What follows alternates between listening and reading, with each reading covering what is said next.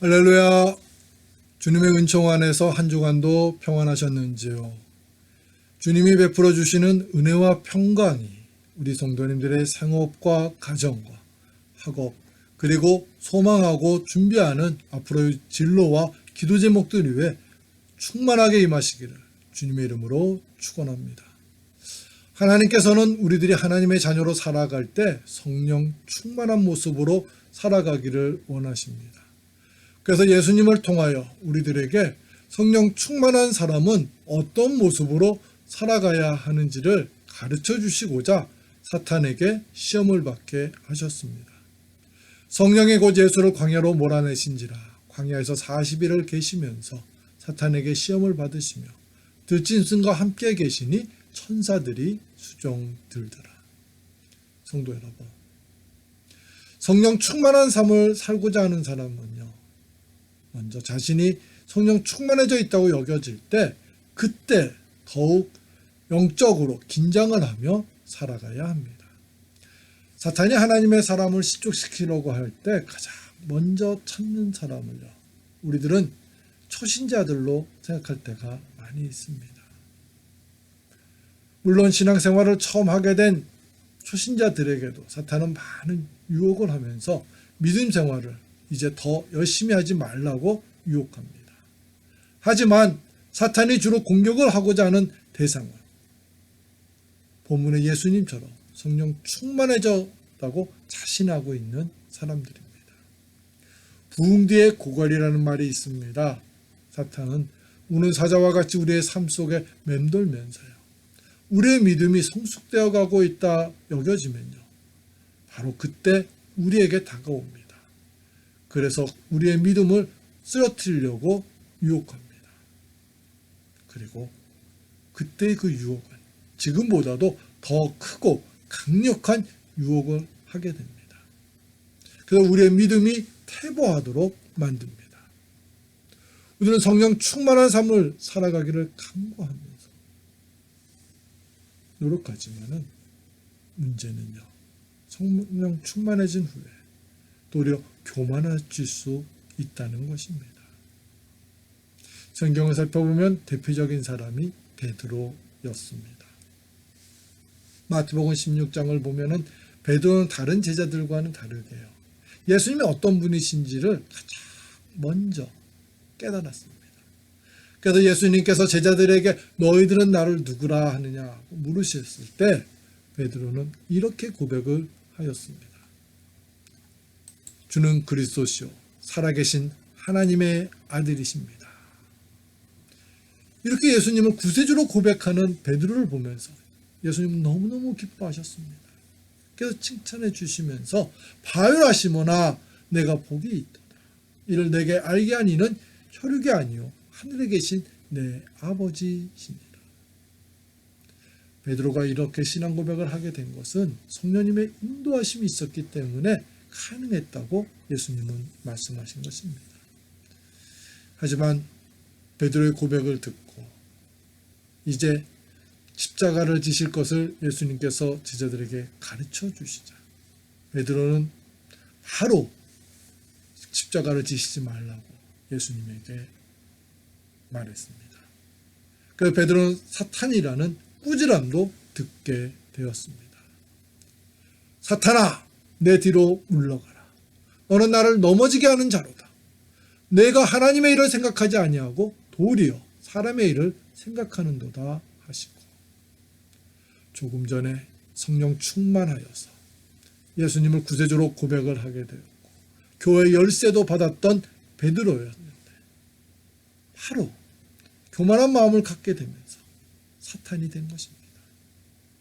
성도 여러분, 성령 충만해질수록 우리에게 다가오는 사탄의 유혹은 더 커질 수 있음을 깨달아야 합니다.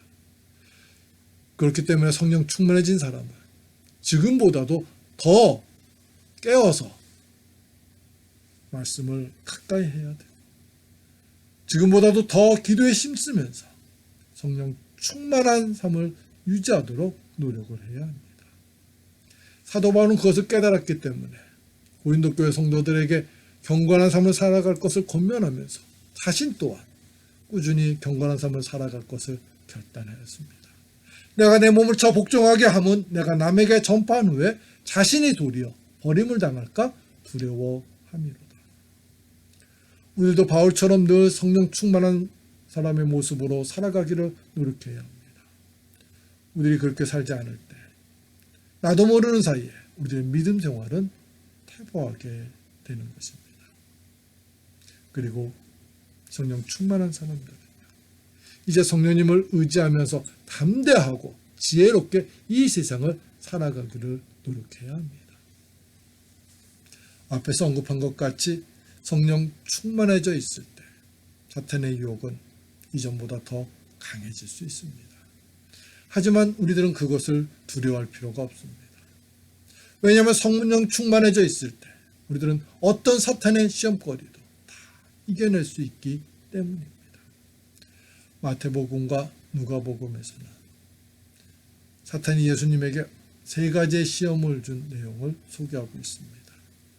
예수님께서는 이 3가지 시험을 모두 말씀으로 이겨내셨습니다.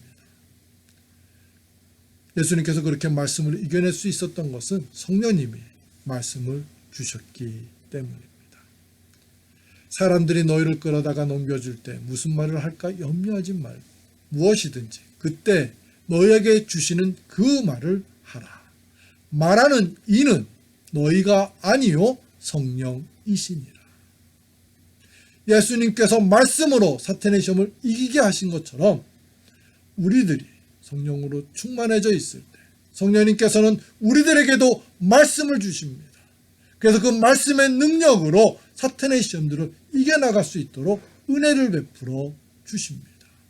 성도 여러분, 우리는 성령 충만한 모습으로 살아가야 합니다. 우리 성령 충만해져 있을 때 우리 앞에 어떤 사탄의 시험이 다가온다 할지라도 우리들은 그 시험들을 능히 이겨낼 수 있습니다. 예수님께서 부활하신 후에 40일 동안 제자들과 함께 하시다가 이제 하늘로 승천하여 가게 되었습니다. 그때 예수님께서는 제자들에게 예루살렘을 떠나지 말고 하나님께서 약속해 주신 것을 기다리라고 하셨습니다. 이 말씀에 제자들은 순종했습니다. 그래서 마가의 다락방에 모여서 합심으로 힘써 기도하면서 하나님께서 주신 성령의 세례를 받기를 간구하며 기다렸습니다. 그렇게 기도하며 기다리고 있었을 때 하나님께서는 그들에게 성령의 세례를 베풀어 주셨습니다. 오순절 날이 이미 이름에 그들이 다 같이 한 곳에 모였더니 호련히 하늘로부터 급하고 강한 바람 같은 소리가 있어 그들이 앉은 온 집에 가득하며 마치 불의 혀처럼 갈라지는 것들이 그들에게 보여 각 사람 위에 하나씩 임하여 있더니 그들이 다 성령의 충만함을 받고 예수님께서 예루살렘을 떠나지 말고 하나님의 약속하신 것을 기다리라고 하신 이유가 바로 성령 충만함을 받아야 제자들이 이제 사도로서의 삶을 살 수 있음을 아셨기 때문입니다.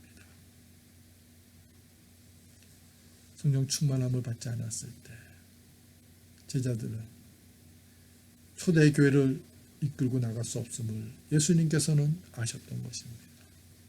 성령 충만함을 받지 않았을 때 제자들이 아무리 강한 의지로 그리고 많은 수고를 기울인다 할지라도 하나님의 나라를 확장해 나갈 수 없음을 예수님께서는 아셨기 때문이었습니다.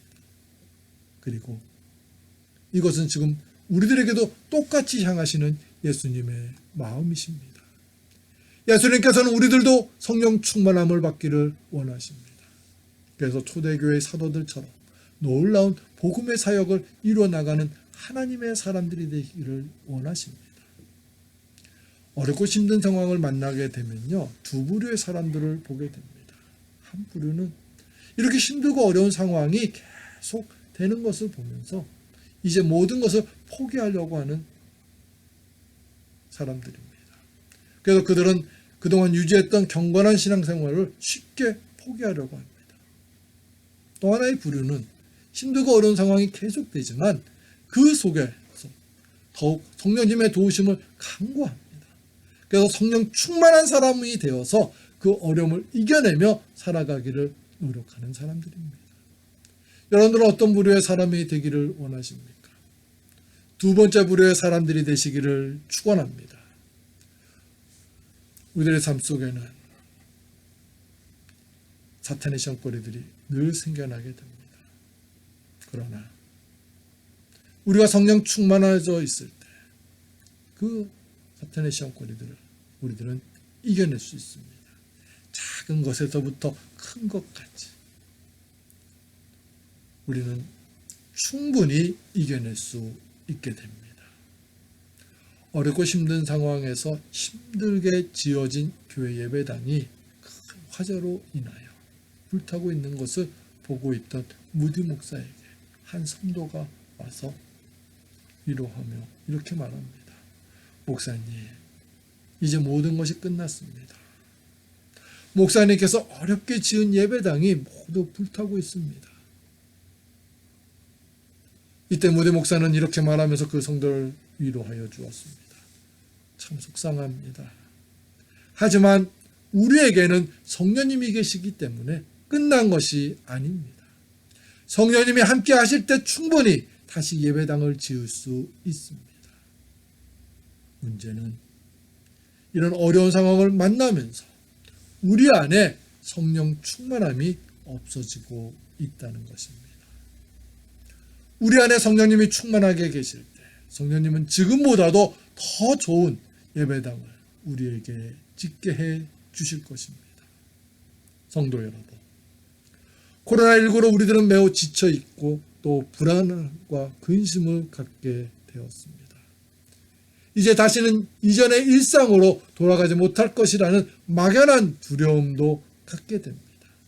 하지만 이런 상황 속에 있을수록 지금 우리들에게 필요한 것은 성령 충만함입니다. 지금까지 성령 충만한 삶을 살았다고 자신하시는 분들은요, 그 성령 충만함을 계속 유지하도록 분발하십시오. 더 말씀을 가까이 하시고 더 기도하기를 힘쓰면서 성령 충만함을 유지하기를 노력하십시오. 그리고 성령 충만하지 못하며 살았다고 여겨지시는 분들이 있다면 지금부터 내가 더욱 성령 충만한 삶을 살게 해달라고 소망을 품으며 노력하시기를 축원합니다. 하나님께서는 성령 충만하게 준비된 예수님을 사탄에게 시험을 받게 하시면서 우리로 하여금 성령 충만한 사람이 어떤 모습으로 살아가야 하는지를 가르쳐 주셨습니다. 그러면서 하나님은 우리들에게 원하십니다. 성령 충만한 사람이 되기를. 그러한 하나님의 마음을 깨닫고 성령 충만한 사람이 되시는 저와 여러분, 우리 모두가 되시기를 주님의 이름으로 축원합니다. 우리 함께 기도드리겠습니다. 사랑과 은혜가 충만하시는 아버지, 성령 충만한 사람이 되게 해 주시옵소서. 성령 충만해졌을 때 영적으로 교만해지지 않을 수 있게 해 주시고, 성령 충만해져 있을 때 더 그 성령 충만함을 잘 유지할 수 있는 깨어있는 하나님의 사람들 되게 해 주시옵소서. 성령님이시여, 어렵고 힘든 시기입니다. 이 어려울 때일수록 더 성령 충만한 사람이 되는 하나님의 사람들 되게 해 주시옵소서. 예수님의 이름으로 기도합니다.